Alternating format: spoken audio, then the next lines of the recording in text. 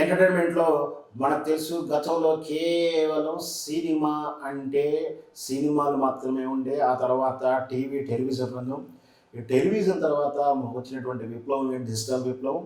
ఆ డిజిటల్ విప్లవంలో వినూత్నంగా ఉండేది ఇప్పుడు ఓటీటీ ప్లాట్ఫామ్ అంటాం. అంటే అంటే అర్థమయ్యే భాషలో చెప్పాలంటే సినిమా తెర మీద చూసే విధానం దాటి టీవీ స్క్రీన్ల మీద మనం సినిమాలు చూస్తూ వచ్చాము.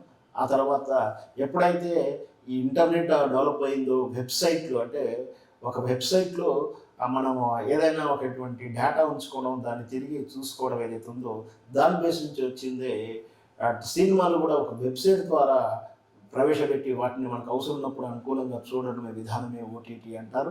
ఈ ఓటీటీలో కొన్ని కార్పొరేట్ సంస్థలు భారీ ఎత్తున పెట్టుబడులు పెడుతూ చాలా సినిమాలను అధిక ధరలో కొనేసి ఆ ప్లాట్ఫామ్లో పెట్టుకోవడం, తద్వారా దాంట్లో మెంబర్షిప్ తీసుకొని మనం చూడడం అనేది మనం చూస్తూ ఉంటాం.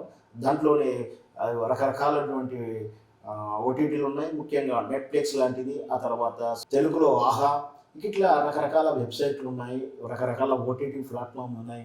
దీంట్లో ప్రఖ్యాతి చెందింది బాగా డిమాండ్ ఉన్నటువంటి ఇంటర్నేషనల్ ఉన్నటువంటిది లేదా నేషనల్ వైజ్గా బాగా పేరున్నటువంటి నెట్‌ఫ్లిక్స్ ఇప్పుడు హైదరాబాద్లో చాలా వైరల్ అవుతున్నట్టు పేరు. ఎందుకంటే నెట్‌ఫ్లిక్స్ సీఈఓ టెడ్ సరెండోస్ హైదరాబాద్ పర్యటిస్తున్నాడు. మనకు తెలుసు నిన్న మొదటిగా మెగాస్టార్ ఫ్యామిలీని కలవడం, మెగా ఫ్యామిలీని కలిసేసి జస్ట్ ఫ్యామిలీ గెట్ టుగెదర్ వంటి మీటింగ్ పెట్టుకొని జస్ట్ డిన్నర్ చేసుకోవడం చూసాం మనం. ఈరోజు మళ్ళీ నందమూరి వారి ఫ్యామిలీని కూడా కలవడం జరిగింది.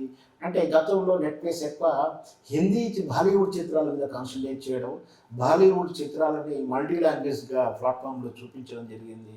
ఇప్పుడు ఎప్పుడైతే తెలుగు చిత్రసీమ ఇంటర్నేషనల్ లెవెల్కి ఎదిగిందో ఆర్ఆర్ చిత్రం ద్వారా కానీ, బాహుబలి చిత్రం ద్వారా కానీ, ట్రిపుల్ ఆర్ చిత్రం ద్వారా కానీ ఎప్పుడైతే ఇంటర్నేషనల్కి ఎదిగిందో మార్కెట్ కూడా బాగా విస్తరించింది. ఈ తెలుగు చిత్రాల మీద ఎక్స్పెక్టేషన్ పెరిగింది. కాబట్టి తెలుగు చిత్రసీమ వాళ్ళ కాన్సన్ట్రేషన్ విషయం చెప్పవచ్చు మనం. ఇప్పుడు వచ్చేటువంటి తెలుగు చిత్రం గురించి కానీ మరి రేపు భవిష్యత్తులో ఈ మెగా ఫ్యామిలీ నుంచి కానీ లేదా వీళ్ళతో నుంచి కానీ ఏదైనా సిరీస్ ప్రారంభించే ఉద్దేశం ఉందా, ఏం జరగబోతుంది అసలు అనేది మనం భవిష్యత్తులో తెలుస్తుంది. మొత్తం మీద నెట్‌ఫ్లిక్స్ సీఈఓ హైదరాబాద్ తెలుగు టాలీవుడ్ హీరోలని ఫ్యామిలీస్ని కలవడం నిజంగా శుభ పరిణామం.